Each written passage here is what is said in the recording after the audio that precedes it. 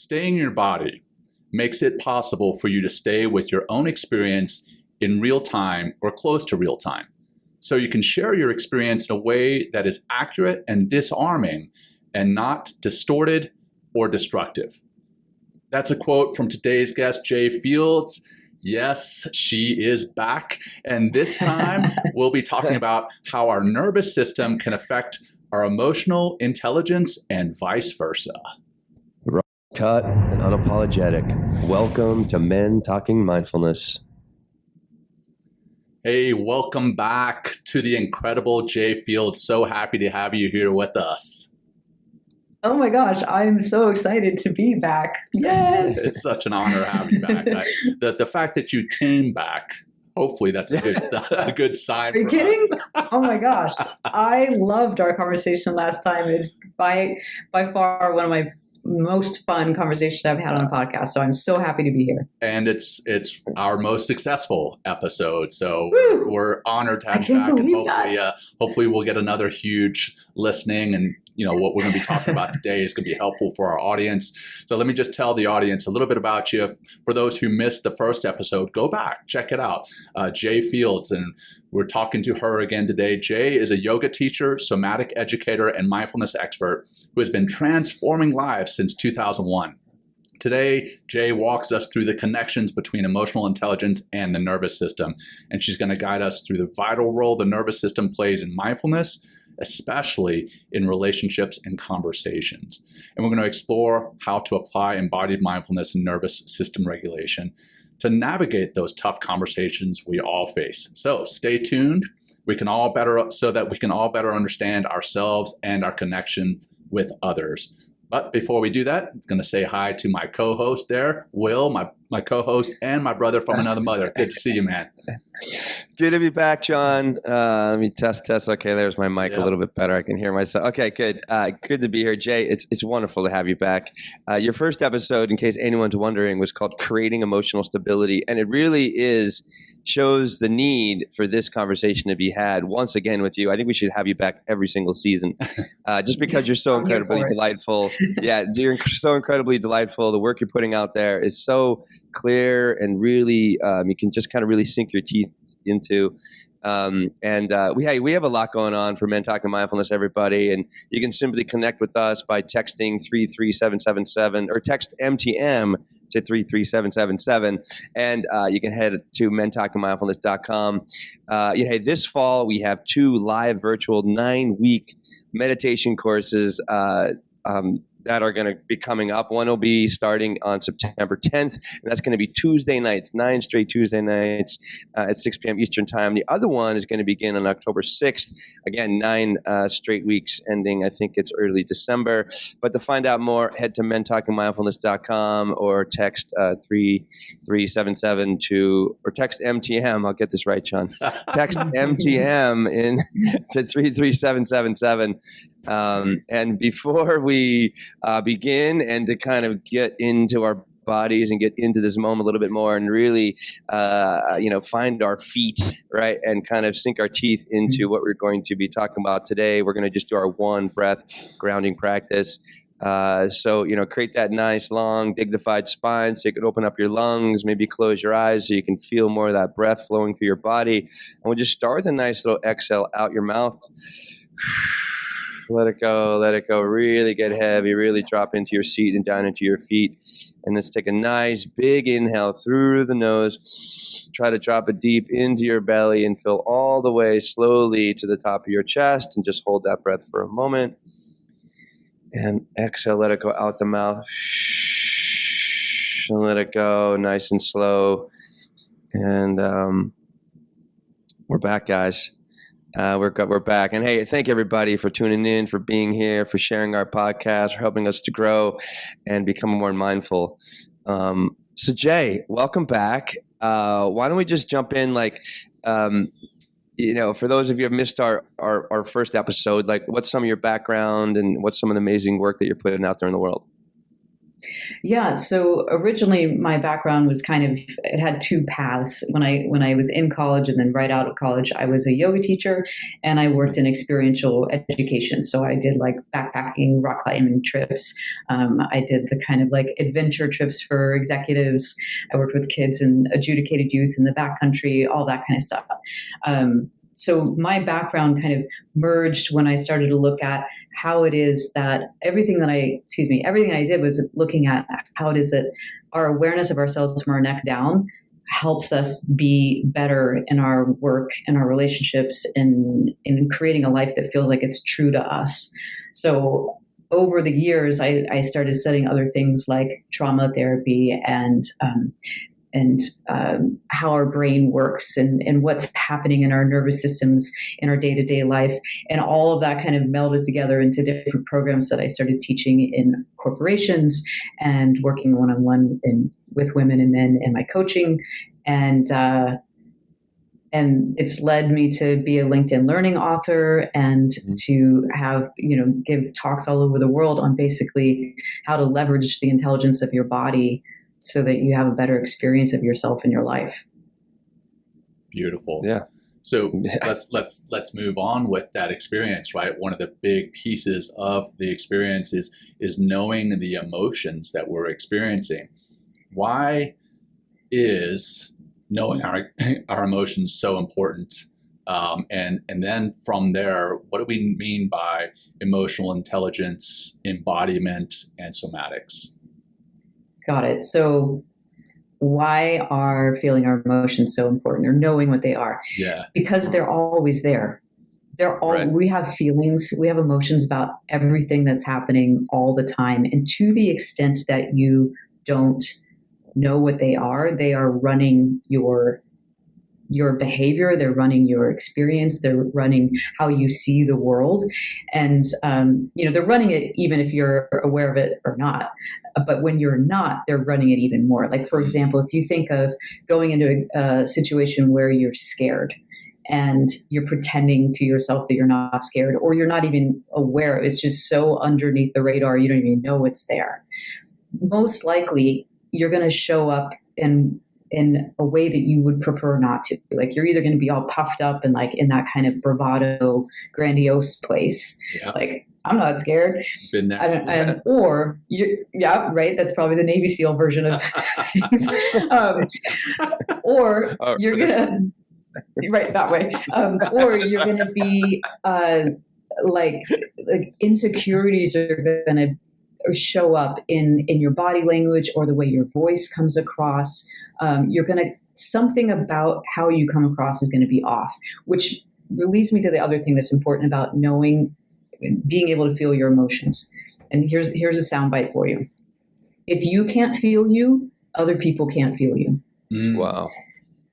And that's really important when it comes to the people in your life who you love and you want to be close to.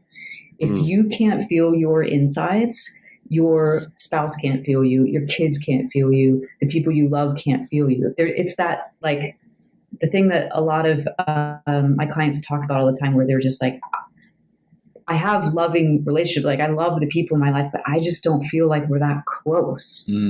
It's because if you don't have a sense of what your insides are, how can anybody else be close to you? Makes sense. Yeah, 100%.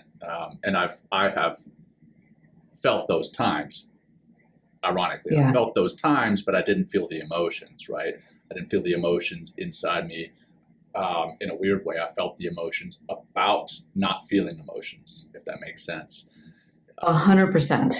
Yes, we do a lot of thinking about feeling. Right. Yeah, exactly. Right. And then coming back to sorry, I asked a lot of questions in that one question.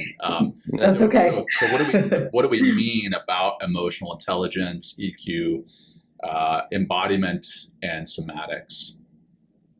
Yeah, it's funny. I don't have a textbook answer for you about what is emotional intelligence. To me, what emotional intelligence is that you can be trustworthy to yourself and to others. That you have a sense of what's real. Because if you are disconnected from your emotions, you're disconnected from reality, which isn't to say your emotions are rational, but they are your reality in the moment.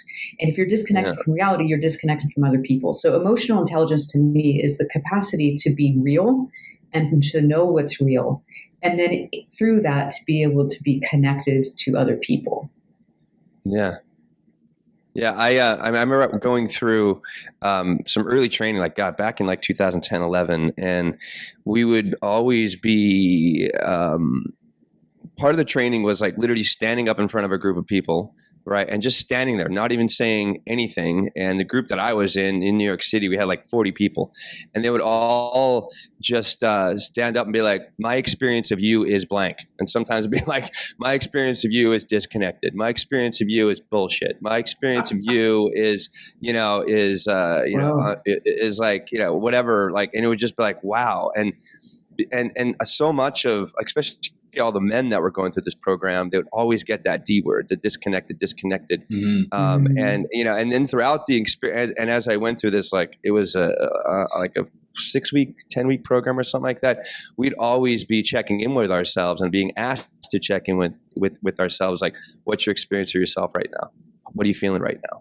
And it really helped me to increase my, it forced me to increase my emotional intelligence dramatically, because of, you're in a group of other people, and, that's how we're wired, and we're wired emotionally. We can, they've shown, through heart math that like your heart rate when we're in the same space, even probably here, it transcends, virtually as well. Like your heart rate is picking up my heart rate and vice versa. And we can, it's to really be, I love how you explained it in the beginning. It's like, if I can't feel me, then no one else can feel me. And that's I just really appreciated that, because that's really so much of the human experience. And when you're in the presence of somebody that is present, that is being real with what they are, whether they're uncomfortable or not, but at least they're being really authentic, what's going on in the moment. And what about, right, it's the sort of thing that makes, it's the sort of thing that makes your podcast as popular as it is, right? People can feel you. You both show up in a way that's conscious of what's happening on your inside. When I say something or your guest says something, I can feel you taking in, reflecting on it, and like, oh, I remember a time when I learned this, right? Like there's a connection to that. And so, when I said it earlier that if people can't feel you, or you can't feel yourself, people can't feel you. I'm not just talking about your loved ones and your family. It's a liability in your work as well. Oh, sure. If you're trying to make authentic connections and show up in a way that is really excellent, people need to feel you. Yeah. Well, let's knock down these last two dominoes, just to we're trying to set a baseline, as far as like, so then we go into embodiment and then somatics, like very similar, but like, just kind of, because these are terms like I was actually, when I was thinking of working on the title of this, if I was going to put somatics and our nervous system, people are like, somatics, and just move on. Now you know the pain of my life and my exactly. marketing, my business. Like, what the hell is this shit? Yeah. So, great. So somatics comes from the Greek word soma, which is body. So somatics is like the whole different fields that work through awareness of the body. Embodied self-awareness is the skill set, I would say. So embodied self-awareness is different than conceptual self-awareness. It is, let me talk about conceptual self-awareness really quickly, because that's what people mostly know. That's you thinking about yourself. That's you thinking about your feelings. That's you analyzing a situation or trying to prognosticate what's going to happen. It's all this spinning hamster wheel. Doesn't make it bad. It just makes it different. Because embodied self-awareness is what can you experience in your present moment self. So it's things like your breath. It's things like feeling your feet on the ground. It's things like your energy level, your mood, places of tension in your body, right? Like when I'm having this conversation, part of the way I know that I'm a little nervous is I'm sweating. Like I'm aware of like, oh yeah, there's a little pit action happening here, right? So like knowing those things in the present. Right. I missed that. I missed that one. It's you experiencing yourself in the present moment. And that includes what are your emotions? What are you feeling? But it also includes all those physical sensations. Yeah. Awesome.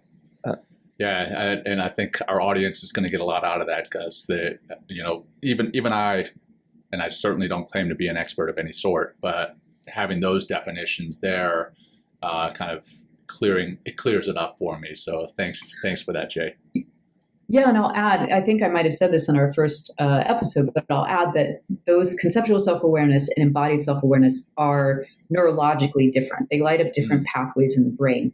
And when you have embodied self-awareness, where you know the sensations that are happening in your body, you know your energy level, you know your mood, it literally helps you to have access to things like compassion, to courage, to a greater ability to attune to yourself and others, greater ability for empathy. Like all of those things light up in your brain, the capacity for that, when you can feel yourself versus when you're thinking about yourself. And that's what makes embodiment so important, is because it unlocks the skill set that we think of that an awesome human being has.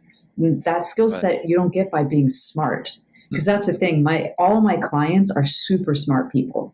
They have become successful through how intelligent they are. Right. That doesn't mean they're necessarily connected to the skill set that allows them to be like more relational and human. Right.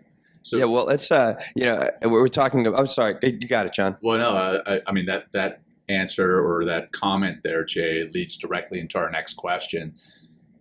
You've got these highly intelligent people as far as IQ, and I'm not saying that they are not intelligent at all, but their EQ may not be where they want it to be. What do your students or your clients, whether male or female, struggle with the most when they're trying to level up as far as EQ?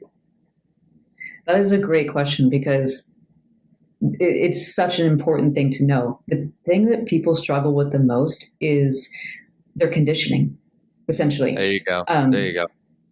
We all have gotten social emotional conditioning around what it means to be a good person and what it means to be in relationship. And most of our conditioning that was handed down to us from the people who love us very, very much is a little bit whack. It's not really true for what it is to be truly relational and to be able to be a good person while also being good to yourself. A lot of our conditioning has to do around you're a good person if you are selfless or, a people pleaser, all that stuff. Yeah. So the thing that gets people, and this is where both of you will understand this because you both train for things in different ways. The people I work with are smart, which means they excel in what they're trained in. And so they have excelled in what they were trained in around their social conditioning for social emotional intelligence. So the thing that they struggle with the most is not going back to those things that they feel really strong in, and instead realizing, like, what's cool is I think once we work on the part of like, here's the way that your social conditioning was kind of whack, to use that phrase again. It's a very professional term. I love very professional it's super term. professional. Yeah. I am a professional person. And here's the way that it's really, this is what's healthy. And the reason why I work at the level of the nervous system with people is because the overcoming the social conditioning requires that you be able to not get triggered when you try to do something new and unfamiliar that you've probably been told your whole life is oh, that's too vulnerable or that's not okay. So yeah, and then with that, I would say the thing they struggle with is they live in their heads. But that's part of the social conditioning. It's like the chicken or the egg, right? Yeah. The struggle is around like actually getting to the place where they do have some awareness of what's going in their body, and being able to connect that to like, oh, I know that this is related to this old belief system I have, and it's time to switch the belief system so I can switch the behavior. Well, I'd imagine one of those first obstacles might be that vulnerability piece, in the sense of, if you're, if you really want to do the work and you really need to work against the programming of the mind, right? You need to let go of the mind. And the mind, when, I know in my mind is like when I try to like, hey, dude, you're not in control right now. Like I got to drop into like really what's going on in my body. My mind's like, what do you mean? I have all the answers. Or like, it just like tries to start, you know what I mean? It starts like bring up like all these like, but we did this in the past, or I can take care of this. Don't worry about that. Like we don't have to feel this thing. Is vulnerability one of those first like obstacles, and then just kind of moving through God, just getting in your body. I mean, I don't know if I'm making a lot of sense to this question, but I feel this coming up as far as like, fuck, man, it's like you gotta really be willing to do the work, and the head is very clear cut. It puts things in boxes and is very clear in how it dissects and divides, and is continually like distributing the world along these very bento boxes. Whereas you get in, you go from head down, right, and it gets really messy. It's like, oh, what's going on with this, or what's going on with that? Like, anything there, like that's coming up for you? Maybe you can decipher for us. Yeah, so many different things. Let me see if I can get my bento boxes straight here, because there was a lot of things that came up. Feel too. Yeah. When you were asking the question, Will, and you were saying like, yeah, there's the parts in my head that are saying this and this and that, like that. Those are the voices that I call the strategic selves. So those are the voices that are there to protect you from ever having to feel vulnerable. So one of the first things I do when I work with someone is we separate those voices from who they really are. And it's interesting because sometimes people are really, really attached to like, no, that actually is my personality. I'm like, oh, no, honey, it's not. Like those are strategies. Those are protective mechanisms. And they have worked for you to a certain extent because you've gotten this far, or you've had these successes. But the way that they're not working for you is the reason you hired me. They're not working for you because they're the things that keep you from being close to your spouse, or these are the things that keep you from feeling like you're being authentic in your work. And so the thing that we have to separate is like that those are mechanisms for protection. It's not who you are. And most people start to get that when you can take those strategic selves out of the way, which are not very facile, we'll say. They have some just kind of very basic techniques of like, don't do that. That's stupid. That's bullshit, right? Like, don't be weak, right? Don't be weak. and they have access to more of themselves. There's a felt sense to that of like, it might be vulnerable, but it isn't weak, and it isn't. It isn't. What's the word I'm looking for? False. Like there's strength in the truth of that, and it's a felt sense. Well, it's keeping you from that reality you talked about.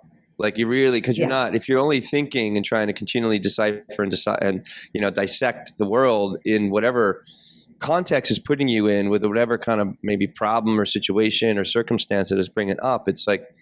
It's got to be that whole, like you mentioned, it's an embodied experience. So we're using, the rise of the emotion that's coming through the body, whatever that circumstance is, but then, then using the mind in order to, to speak to it in a way, or, move through it in a way that, is helpful for yourself and anybody that's involved, or just, it's fascinating. Like when you really drop into the whole experience.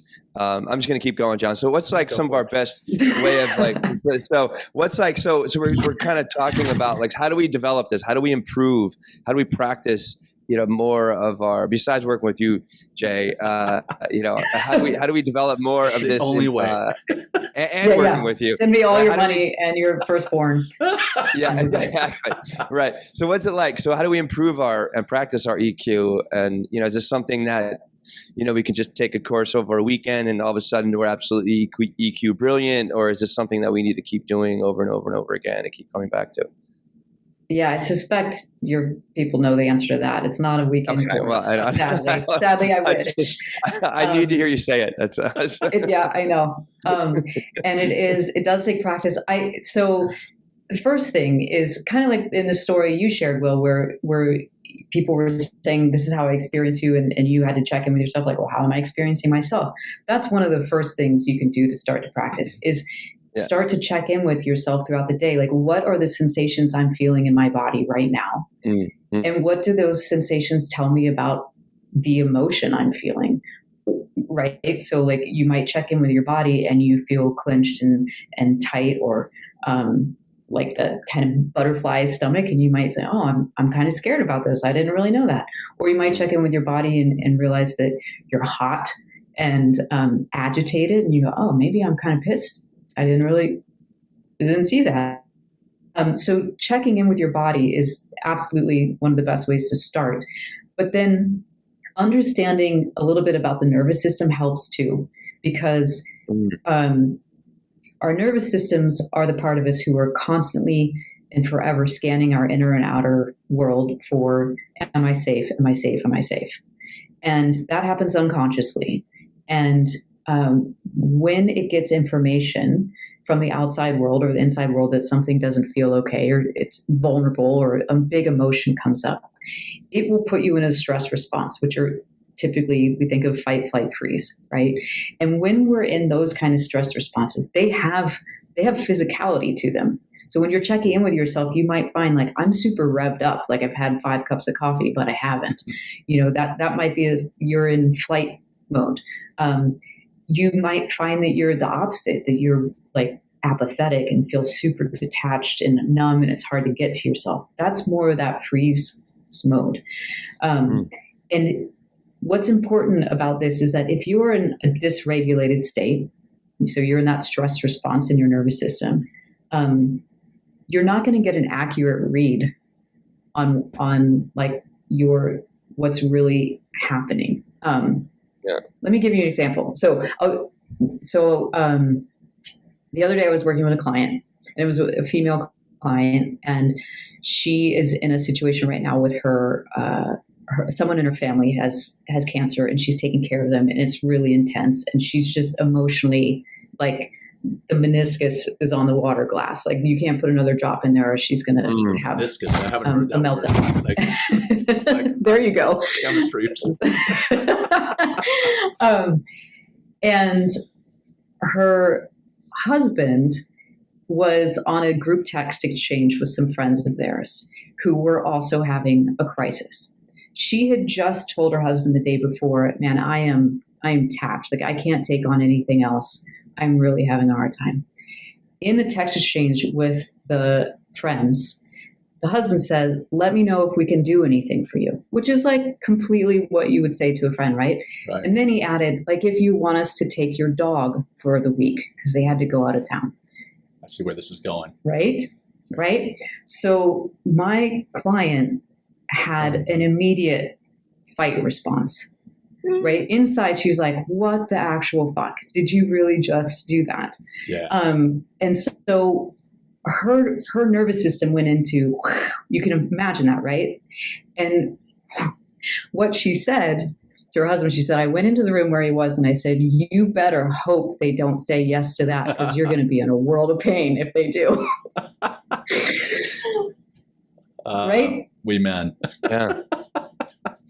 It could easily go the other way too, I know. Right? But because she knew that dog sitting was going to fall onto her. So the reason I'm sharing this is because if she could check in with herself in that moment and pause before she said, "You better hope they don't say yes," she would feel the level of her sensation was a dysregulated level. Like her nervous system is really in fight.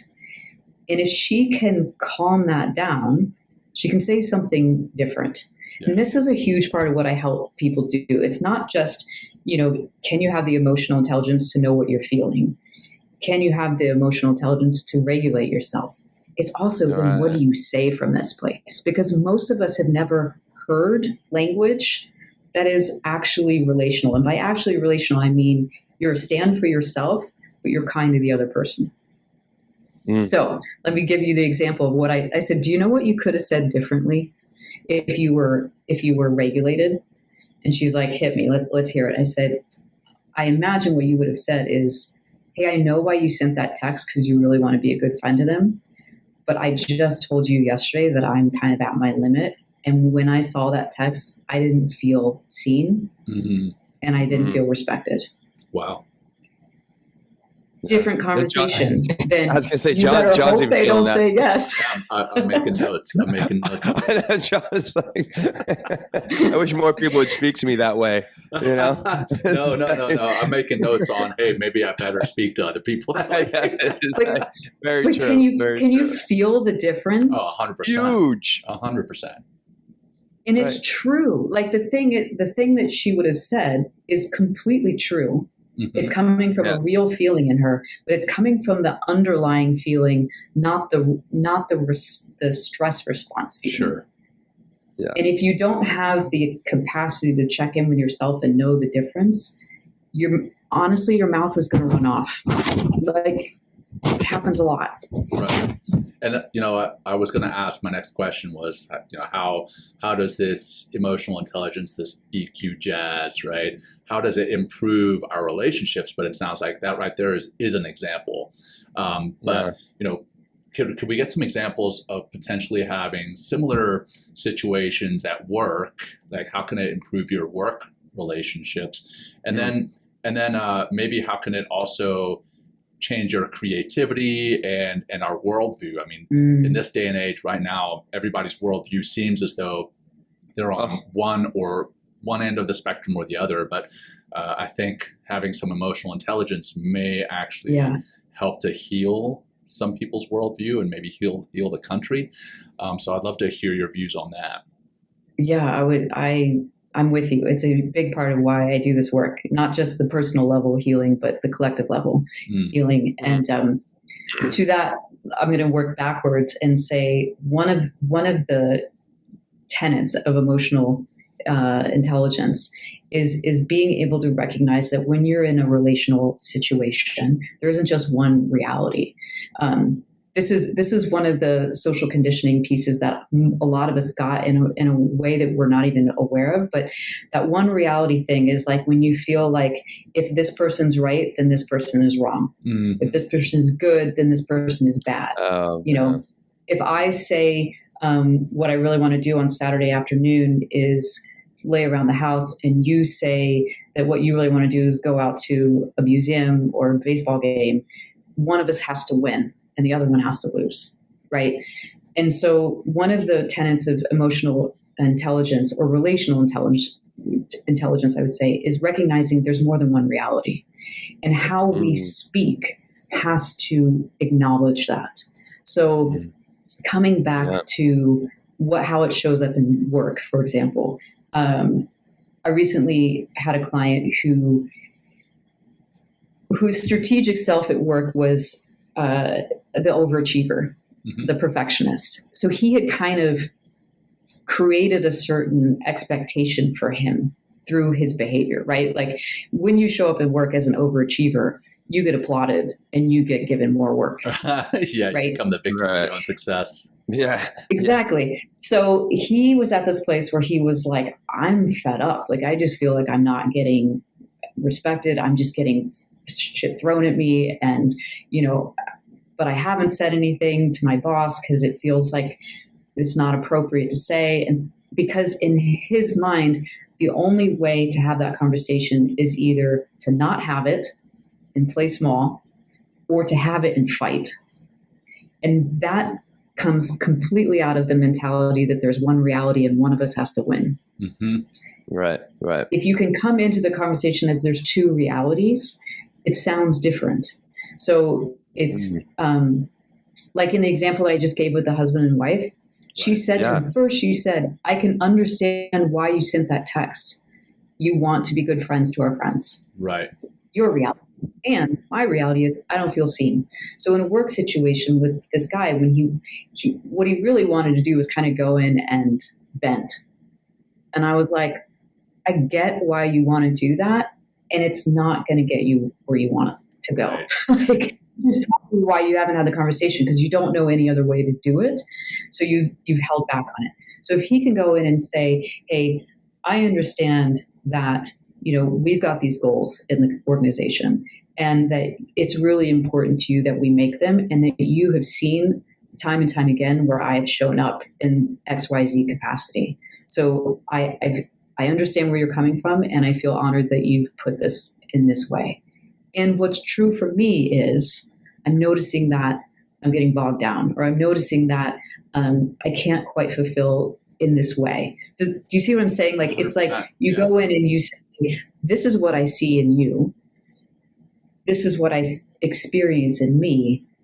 Where's our common ground here? Right. And that goes back to John, what you're saying about like, how do we heal this country we're in? It's like, hey, I see your reality. I see my reality. Neither one of them are wrong. Mm-hmm. What do we do? Yeah. And that seems like news media and social media are capitalizing off of the realities being so extremely different, and that there is no middle ground. Right? There's one. One of them has to win. Right. Yeah. And everybody else is disenfranchised and wrong and weird. Exactly. Well, I'm hearing like a big difference here, and it comes back to, between the mind and the body. And the mind, again, it's just going to divide. So it has to play that game of who's right. It has to play the game of there's only one reality, and I must win that reality. And use like all of my mental abilities and everything I've gained on the IQ level in order to win that game. Where one thing why that, like what you talked about, that first example of that the husband, wife, and the dog, like it hit so deeply, is because you spoke right to the human being in every single one of us. And that's a different way of communicating. And it takes a lot of emotional intelligence to realize, like, wait, I'm feeling this way. But the other person might be feeling different. And then you can approach what you just said. It's like, hey, I understand why you did that, but I feel disrespected and unseen. It's just like, and then you're just in a brand new place. You're not even necessarily in an argument. You're in a potential collaboration in order to like, oh, hey, like, okay, I didn't want you to feel that way. That was not my intent. I obviously wasn't thinking of you. I was just thinking of my friends. But how could we maybe, move forward in this particular circumstance, to in some way that works for both of us and maybe helps them at the same time. So it's like we're encompassing or taking in many different personalities, many different potential realities, like you said, and it's just and it takes a lot more. It's not so cut and dry. It takes a lot more finesse. It takes a lot more, again, emotional intelligence, a lot more a different vocabulary almost to really honor, that those different worldviews as well as those different realities that exist within us. So yeah, thanks for that. I mean, we keep going back. It's like, hey, you want to live in the mind the whole time, I teach different companies and corporations. I say, yeah, IQ will get you hired, but EQ is what gets you promoted. Because people want to work with people that keeps you there. And it keeps you there. Right. Exactly. Because through your emotional intelligence, you're going to be grounded in the moment, like you talked about. Right. And therefore people are going to feel you, and therefore people are feeling you. You're probably going to be more inclined to actually share more of your feeling and what's really going on from an authentic place that you can all work through, together, and also honoring those different realities that people are experiencing. It's funny that you mention it takes a different language, because it absolutely does. It's the language of I matter and you matter, and we both get to matter at the same time, is a language most of us have never learned. But what's interesting is that when I'm with clients one-on-one, oftentimes, so they'll give me the scenario of what's going on, right? They'll, oh my gosh, I can't believe she said this, or and then so they'll tell the story of whatever the challenge is in their life. But then when they're talking to me, they'll say something like, I just felt so frustrated because I didn't feel like we were on the same page at all, and now I don't even know if they're interested in that. And I'll say to them like, why don't you say that to the person? Why don't you say, I'm frustrated because I don't feel like, like exactly the word for word what you said to me, say to that person. And what that shows is that when a person feels safe, when their nervous system is regulated, and they're talking to me, because this is it's not a high stakes situation. They're just telling me what it is. Usually people know how they feel and they can articulate it. But when they put themselves in the situation with the person that the challenge is with, they never just say it straight and clean like they say it to me, because it's so full of strategy, or it's so full of emotion, or it's so full of what's the word I'm looking for? When you say I didn't do that. Defensiveness. Right. Yeah, or my brain couldn't get there. But so what I think is so interesting is that when we're talking to a friend, or when we're talking to a therapist or a coach, we can often say the thing that's just true and uncharged. But then we're like, but how do I say that to the person? Mm-hmm. It's like, just like you said it to me. But that takes being able to be uncharged in your body. Right. Which is, the big piece of why we're having this conversation is that mindfulness ties into that, right? Mindfulness, right? Yeah. Compassion, self-compassion ties into it, and being able to take that breath, that pause before letting your amygdala hijack kind of run the show. Like, I can absolutely empathize with that situation that you talked about with the dog, and I can be on both sides of that conversation. 100%.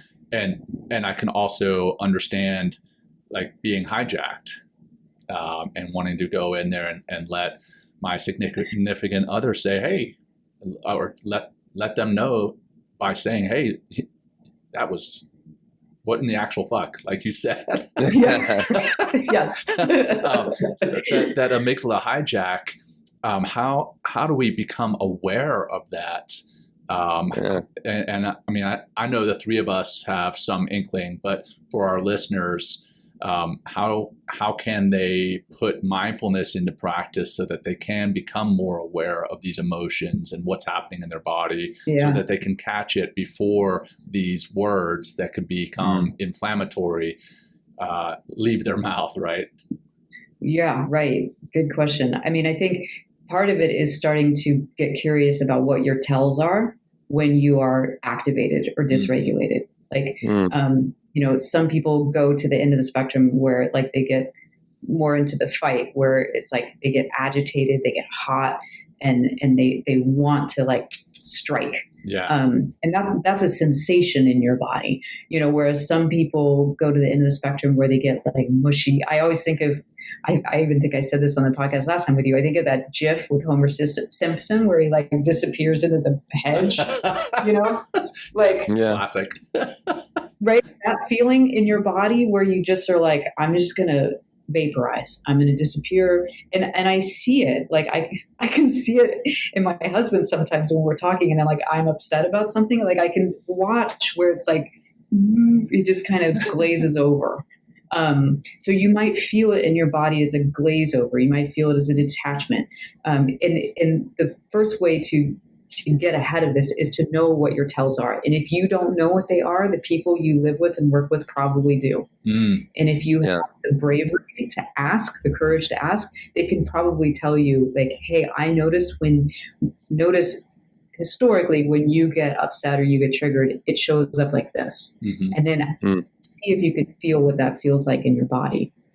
Yeah. Because that's how you're going to know, like, do not let any words come out of my mouth in this place. And that's where the mindfulness, you go and you do a practice. So you go and you take a walk around the block. You buy yourself some time before you say the words. Right. Yeah.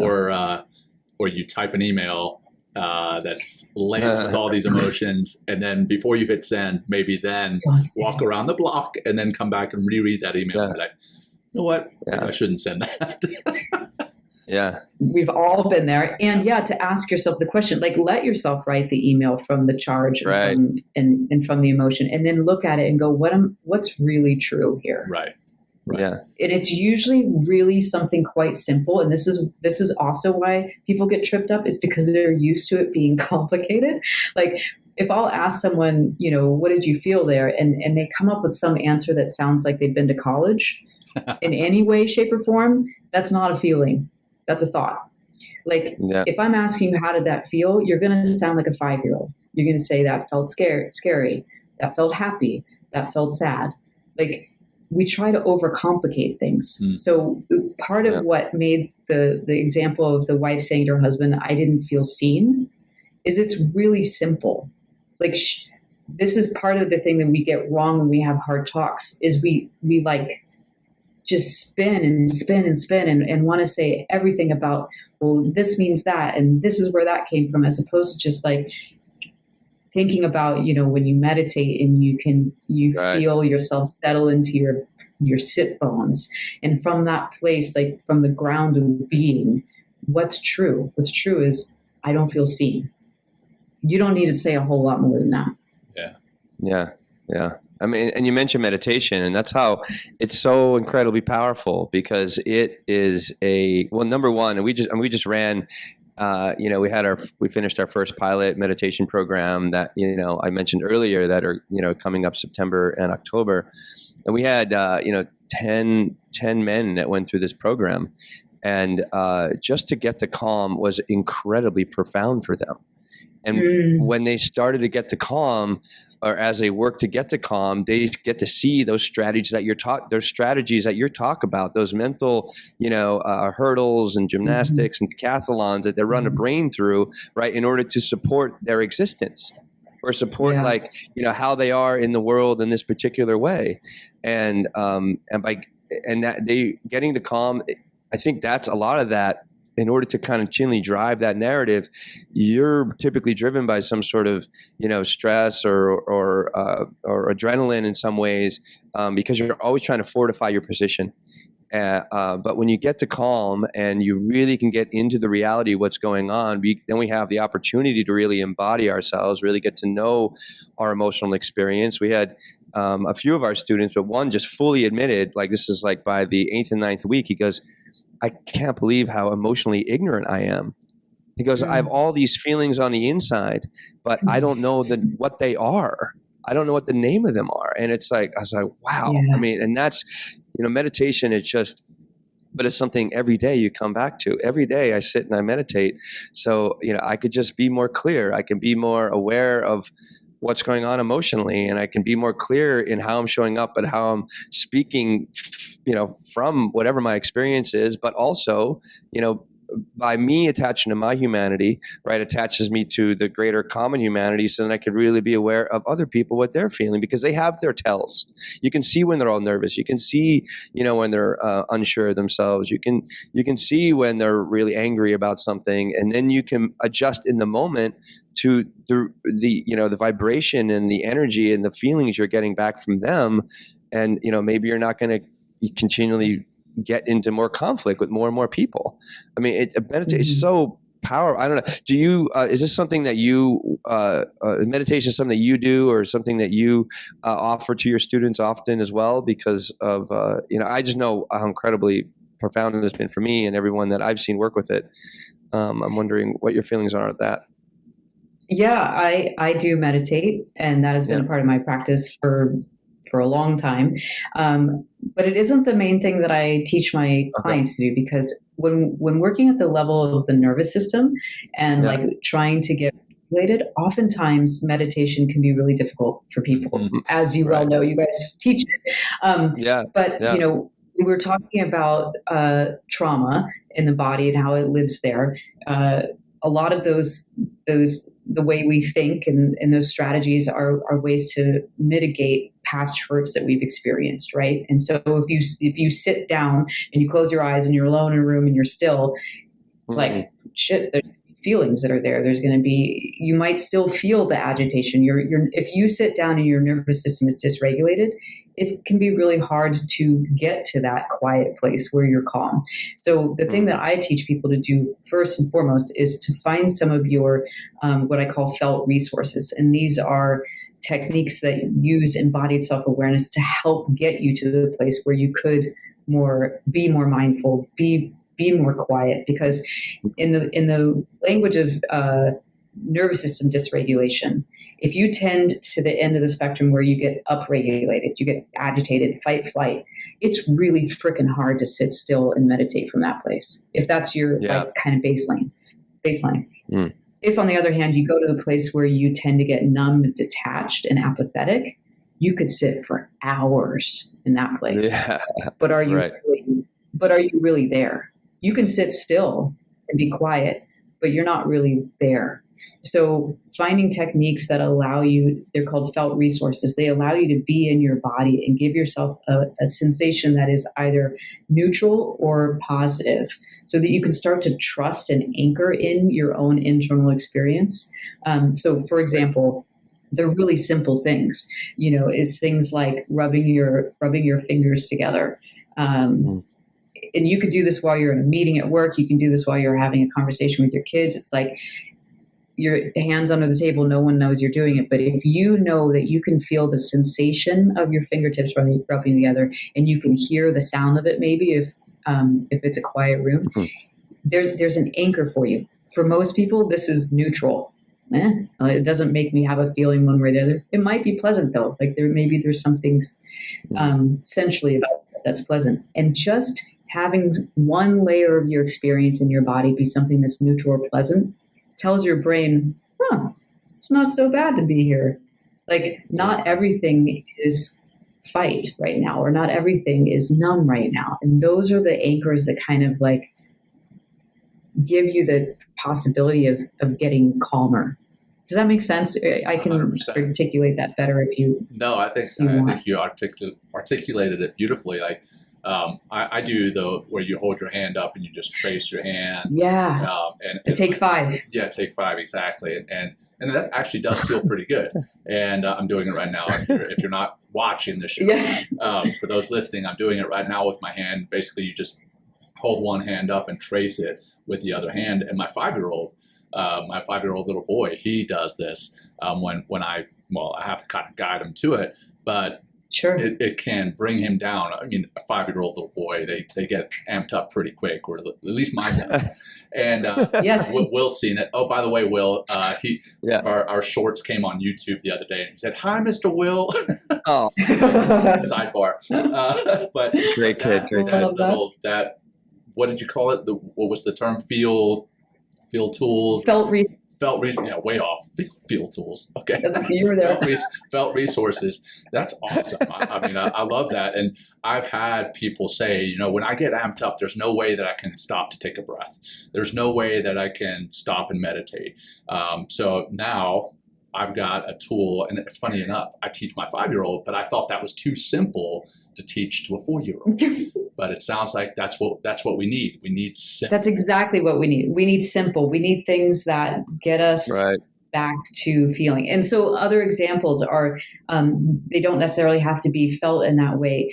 A great tool for a 5-year-old or a 40-year-old is to look around the room and name 3 things that are blue. Mm-hmm. Because it automatically gets you out of tunnel vision, which like physiologically is related to stress response. So you're looking around, which is something that like kind of puts you back into a reality of like, oh, I'm safe here. I mean, talk about like healing PTSD. Mm-hmm. Part of that is giving people tools to recognize that their present moment is actually safe, and then their nervous system can regulate again. So looking around the room for 3 things that are blue or green, or taking something that you love the smell of. Like on my desk, I always keep a little bit of essential oils that I love the smell of, and like just taking a moment and taking a breath of that. Anything that gets you back into sensation that is pleasant. And also things like if you have the time or the ability to do in the situation, go splash water on your face, right? Cold water on your face elicits the mammalian dive reflex. Mm-hmm. And if that's that thing that when any mammal dives into cold water, they go, and that is like a reset button for a nervous system. So there's all these little, almost, I hate the word hacks, but they're kind of like a hack to be like, no, you can just interrupt the BS story that your brain is telling you and touch back into a layer of reality that allows you to feel resourced enough to stay. Yeah, excellent. What about self-compassion? How does this? I've heard it on some of the talks that you've given about self-compassion, and how does this tie into, becoming more emotionally aware and raising your emotional intelligence and, the somatic experience and embodiment? Yeah. Take us through that a little bit, because it's really powerful, self-compassion. It is powerful. It was funny. I was going to make a joke and be like, "Oh, self-compassion, that's dumb." Yeah, right. You were like, "What about self-compassion?" That's stupid. No, self-compassion is huge, and it's one of those things that people feel is, men and women feel like that's flimsy, or that's like, self-compassion. And I was telling someone earlier, I don't know what the study is. Like, I can't say it directly, but there was some study done not years ago where they basically asked people, like, what do you think is better for your performance in the world? Is it better for you to be critical and kind of like have a mean inner voice, or is it better for you to have a compassionate inner voice? And most people said it's better for me to kind of like, give myself the whip, Flog and yourself, say, flog yourself, suck it up, you got this. But the research showed that the more people were kind and compassionate in their inner voice, the better they performed. So to come back to how I talk about this with people that I work with, some important things to understand are that most of the time when it comes to our feelings, we will tell ourselves they're stupid. We won't acknowledge them in the first place. Maybe we won't even see that they're there. Or if they are there, like, oh, you shouldn't feel that way. That's stupid. That's weak. That's wrong. If you can just switch that to the two words, of course, as in, of course I feel this way. Yeah, I remember that from. Doesn't mean you have to like it. Yeah. And this is the one, I didn't come up with this. This comes from a woman named Sarah Payton, but it is the thing that changes people's lives over and over again, where they're like, man, I took nothing else away, but of course, and that's changed my life. It's if you can say to yourself, of course you feel this way. Doesn't mean you have to like the way that you feel. It doesn't mean it has to be rational. It doesn't mean that it has to even be helpful in any capacity. But just saying, of course, is offering yourself empathy, and that empathy helps to regulate your nervous system again. Like, it helps to calm, it gives your brain a matching picture, as it were. Because if what you're feeling is scared and you're telling yourself don't feel scared, it's like, does not compute to your brain, right? Yeah. And that takes a lot of extra energy and keeps you kind of revved up. So that self-compassion piece, just beginning to make yourself make sense to you. And you make yourself make sense to you by saying, makes sense that you feel that way. Right. I love that. Can you even feel it? Make yourself make when sense you, to you. Yeah. If you think about saying to yourself, yeah, it makes sense that you feel that way. At least when I say that, I get this sense of like somebody poured some warm honey over me or something. Like all of a sudden it's like, ooh. Yeah, it's a grounding tool. Yeah, it's a great grounding tool. Well, of course. Well, it's just like now I'm getting, because you're just like, it's like I'm coming back to reality. Like I'm coming back into how I'm feeling right now. Like, oh, of course I feel this way. And that's the thing I think, sorry to interrupt you, Will, but I think the thing that people think about emotions is I have to get rid of the emotion. Right. Or I have to feel a certain bandwidth of okay emotions. And that's not actually true. You can feel really sad or really scared or really mad and feel grounded. That is completely possible. We don't do it very often, but that is what the felt resources are designed to do. They're designed to give you this is true, this is also true. So it's true that I'm super agitated and I'm mad. It's also true that I can feel my feet on the ground, and I know some stuff, and I could do this differently. Right? Like to the extent it's back to that one reality thing. If I only get to be mad, I don't get to be mad and grounded, then you're screwed. Right. Yeah. We're holding ourselves to unrealistic expectations. You can have emotions and still be a good human being. Yeah. And then, you can also end up having emotions, coming back to those thoughts about our thoughts or feelings about our feelings. If we feel angry about something that may be trivial, but hey, we're already here in the red, and now something has happened, and now we're feeling angry about it. then we take a step back. We're like, oh, I'm so stupid for feeling angry. And then you start to feel like a sense of guilt or even a sense of shame. And it's this downward spiral to where you convince yourself that you're a bad person. But if you can take those steps back, that's where you can get to, oh, of course I feel this way. Of course I feel angry because I've had this and this and this and this happening this week. And now I had that happen. So I love that. Now I'm going to mess up how you phrased it again, but basically becoming aware of, what did you say? Feeling resources. No. Oh. No. Now it's relating to yourself, understanding where you're coming from. I just love the way that you phrase it. I'm going to have to go back and get that soundbite. That's beautiful. And side note, this is the flip side of that. So doing that to yourself is, of course, you feel this way. Doing it to someone else is, I can understand how you'd feel that way. And I'm just going to tell your male listeners right now. Don't say that. Listen up. Use it. I can understand how you can feel. No, do say it. I can understand how you can feel this way. Yeah. When I met my husband, and like, if I would be upset about something, or I'm a crier. I'm like, I wear my emotions. He was not used to that, and he'd get all upset, and I'd say, you know what, hon? All you need to say to me is, I can understand how you feel that way. And he didn't believe it, and then it works. Oh man! And so now he jokes around with me all the time. He's like, I can understand how you feel that way, and like wink. I'm like, you're such a. But we were at we ride motorcycles, and we were at this rally.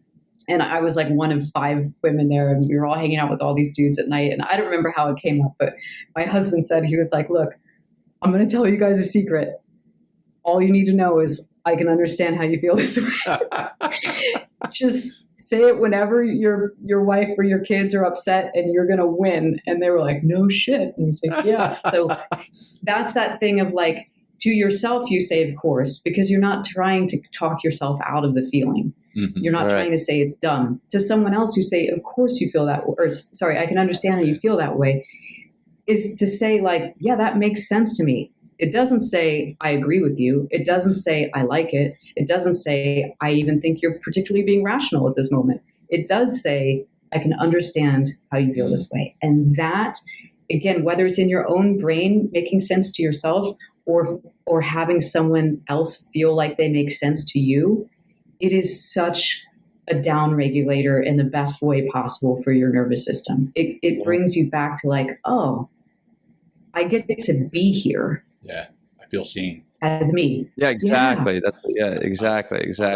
I was thinking you were going to go the other way with it and say, don't say that, because maybe you say, hey, I can understand how you feel that way. And I can imagine someone saying, no, you cannot. But the way that you explained it makes it make sense. So thanks for kind of walking me through that. Yeah. And I mean, you can elaborate and say like you did when you were elaborating to yourself, you know, of course you're upset. This, and this happened. You could say, I can understand how you feel that way, because I know you get really upset when somebody doesn't listen to you, or like you can elaborate to make it look like you really do understand. To make it look like you do. Wink. Very true. And legitimately, yeah. No, I know. Yeah. Well, what you got, man? I think I stepped on you earlier. Well, no, I mean, not at all. I mean, I was getting angry before. I was feeling angry because, like, what you said, the whole fucking situation, John. Because I can understand how you feel that way, my friend. John, I feel patronized, John. Now I'm even more angry. Okay, like, but like what you said earlier, Jay, like it just pissed me off, because it's like, why is the norm to ignore? And there's no real answer here. Maybe we have an answer. I don't know. To the norm to like not to ignore we're taught to ignore our emotions.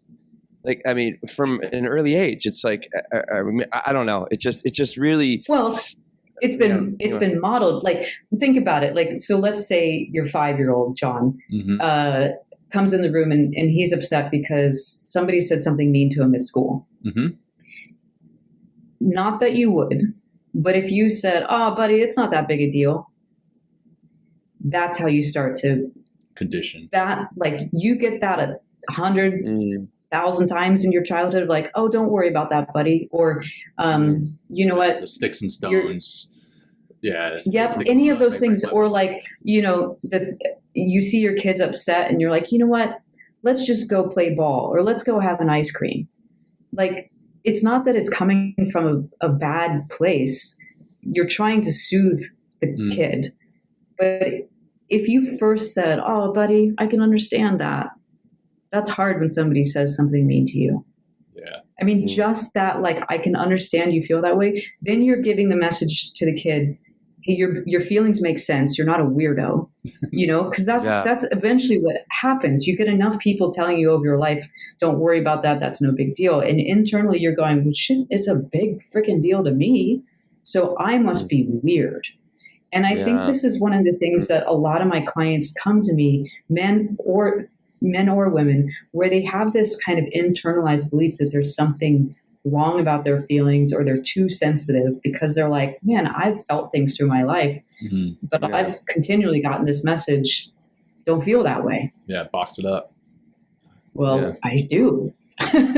What do you do with that? You just disconnect. So, Will, that, to your point, like, I think we've just been taught to disconnect from them, because we didn't have people, even though the people who cared for us are well-intentioned, their tactics for soothing us were about continuing to disconnect us. Right. Well, and also to continue to, it's a huge separation between, IQ and EQ. And it's like IQ it seems to be continually rewarded everywhere you go. Everyone's trying to be, say smart things, or, have intelligent conversations. And it just, I don't know. It just seems so, I don't know. It's frustrating. It's really, really frustrating, because, I grew up with, a lot of emotions. I was very sensitive. I'm still very sensitive. But now I know how to work with my emotions. I can speak and relate to people and myself in a very mature way now, because I've been dealing with my emotions and working on them for quite a long time. And I don't know. Look at the politics we're in right now. It's just all like pointing fingers, and there's no talk about unity, about coming together, about like how we can all win-win, right? That's another, like in the feeling realm, it's like that's two realities coming together and creating a win-win situation, instead of it's like, you're wrong. Yeah, I need to crush you. I need to beat you, instead of, instead of like, hey, like, how can we all get along together? How can we make this work for everybody? And it's much more complicated to do that sort of thing, instead of just trying, to work with the winner take all mentality, which doesn't even work for the people that win, because then inside they feel the guilt and the shame and all the other stuff that's coming up when you're like unnecessarily and immaturely, like, devastating or crushing or, or destroying someone. Right. Like it's all and that like fight or othering also comes out in our conditioning. So let's say back to the 5-year-old. Your 5-year-old comes home and says, Billy said this mean thing to me. And if you say, John, well, I never liked that Billy kid anyway. His family's kind of weird. Yeah, exactly. Right? This is how that happens. And again, it feels like it's coming from a good place where you're like, yeah, Billy, don't take into account anything Billy says. Billy's a weirdo, and so are his family. Yeah. So then that kid gets the message that if I have an uncomfortable feeling, one way to make it better is to other people, is to make them bad. Yeah. Other people are bad because I feel this way. And that's exactly how we get into the kind of situation we're in our country right now, where it's like, if I don't know how to feel my sensitive feelings, the ones that are really uncomfortable, I feel sad, I feel scared. And one of the ways I've been taught to feel better is to make someone else wrong for it. Yeah. We're off to the races. So I think this being able to really feel your feelings and say, of course I feel this way, is a huge potential for healing. Yeah. Because then you're not in the position where you need someone else to be wrong for you to be able to have that feeling. There you go. Oh, that's beautiful. There it is. That's very well said. Yeah. So we're getting to close here. John, anything else? And Jay, anything we haven't discussed that you feel? That's all I was going to say. I know, right? That or some sort of nugget of wisdom that you can, help our, listeners and our community of mostly men, kind of put a nice little bow around everything that brilliantly that you discussed today. God, I don't know. Haven't I given enough nuggets? No, I'm kidding. Like, I don't got no more nuggets. All good, Honestly, Jay. though, There's nothing, yeah. I think, what would I say? Ultimately, EQ, I think, is about being able to have a good experience of yourself. And I think a huge part of why we're seekers, the people listening to this podcast, they're seekers. They want to learn. People who come to your mindfulness courses, they want to learn. And a huge part of what drives us is because we might be externally successful. We might have a great job and a great family and a great house and all those things, but we still don't have a good experience of ourselves. Mm-hmm. And this is like, we went from talking about what we could do healing on a collective level, but I think it's really, really important. This is the one life you have. I want people to have a good experience of themselves in it. And this work isn't, it's not like something that can happen over a weekend, like we said before, but it is it moves a lot faster than you think it will. Yeah. And it's valuable. It's important. Yeah. I think you did have one more last golden nugget. There we go. So. Dug one out. Yeah. Well done, Jay. Well done. Well, Jay, this has been awesome. We're going to wrap it up here in just a second with our closing practice. And I'm going to blindside you here. I don't know if you're open to leading that closing practice. Yeah. If not, that's fine. Well, I can run it. But just wanted to pitch that over to you. Sure. So, okay. Well, go for it. What you got? No. I was just going to say before you go, please tell us where people can find you, and that'd be great. And then I'm but how can people find you, Jay? And work. Okay, great. People can find me through my website, which is jmoonfields, moon like what's up in the sky, jmoonfields.com. And on there, I'll mention a couple things specifically. I have a quiz, a free diagnostic quiz for what kind of overthinker you are, because I found that. Did you? What do you want to say? What you are? I'm embarrassed to say that I'm a people pleaser. So, are you? I was like, I know. I was like, really? I was like, I'm a perfectionist, and I was like, damn. Is it possible to be both? It's possible to be all. Honestly, there's 5 of them, and I'm all 5 of them. Oh wow! I know. I was going through this because I know them all. But yes, you can be more than one, but there's a dominant one that comes through for most people as your.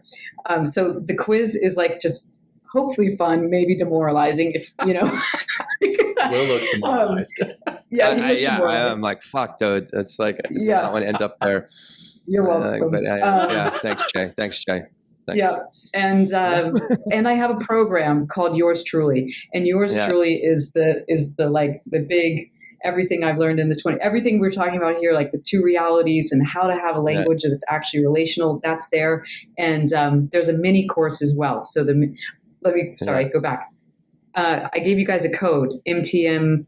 Oh, nice. So MTM20 is the coupon code to get 20% off the Yours Truly. Wow. And if you want to just start with the little piece, that's the Yours Truly mini course. And I gave you a link for that. And that is the teaching around what we were just talking about, is uncovering what conditioning you got for how you manage your emotions. Excellent. It's like a quick strategic strike. What did you learn so you can unlearn it? Love it. Right. I was going to also mention and plug you, Jay, even more. Like, she has sold over 500,000 LinkedIn courses, right? Wow. Is that correct? Did I read that? 500,000, which is like an incredible number. Congratulations on that. And she has a bunch. I'm just going to kind of read through them. So you can go through, jmoonfields.com to find these courses. And it says, and I'm sure you can find them on LinkedIn as well. And they have here's one, learning to prioritize and express your needs work.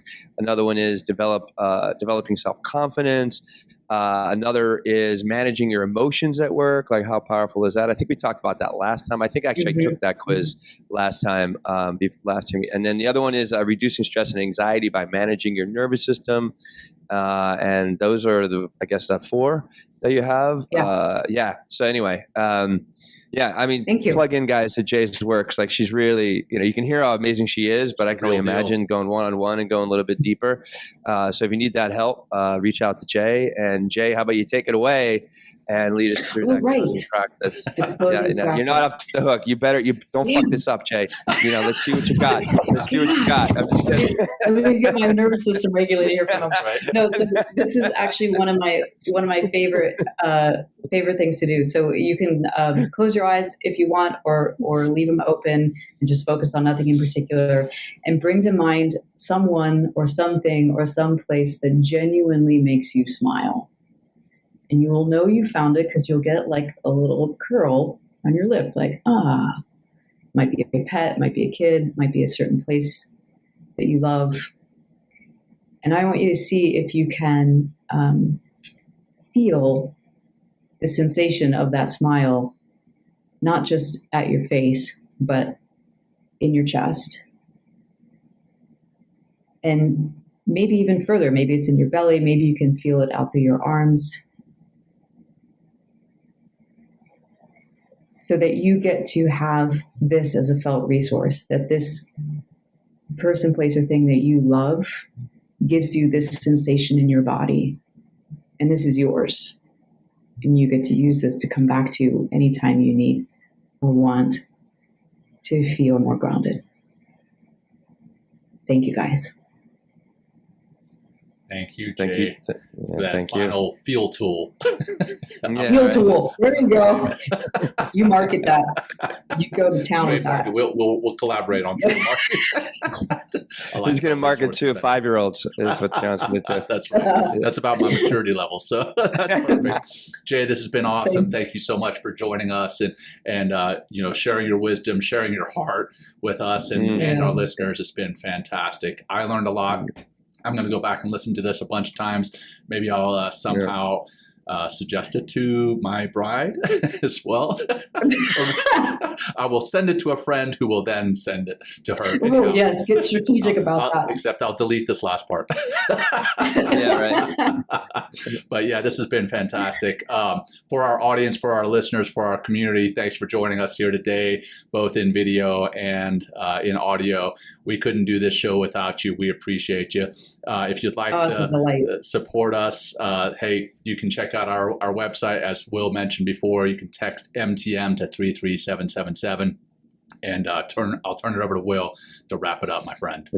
Just big thanks to everyone that's listening. Big thanks to you, Jay, for creating more emotional intelligence in our community and just bringing more emotional intelligence and embodiment and somatic work to the world. I mean, you can just hear from our conversation how incredibly empowering it is and how incredibly powerful it is, to live that life and pursue that life, because it just has an effect on everything, yourself and every place that you go. And we need more of those people in the world. So if you're out there and if you're a little, turned or inspired by what we talked about today, reach out to Jay. Or hey, maybe just check out our meditation course as well. Is a great place to start too. So thanks everyone for listening. Jay, thank you. John, always great to see you. And pleasure. Yeah, you're very welcome. Peace, everybody. Thanks for doing. Thanks for being. Thank you for joining us today. We hope you walk away with some new tools and insights to guide you on your life journey.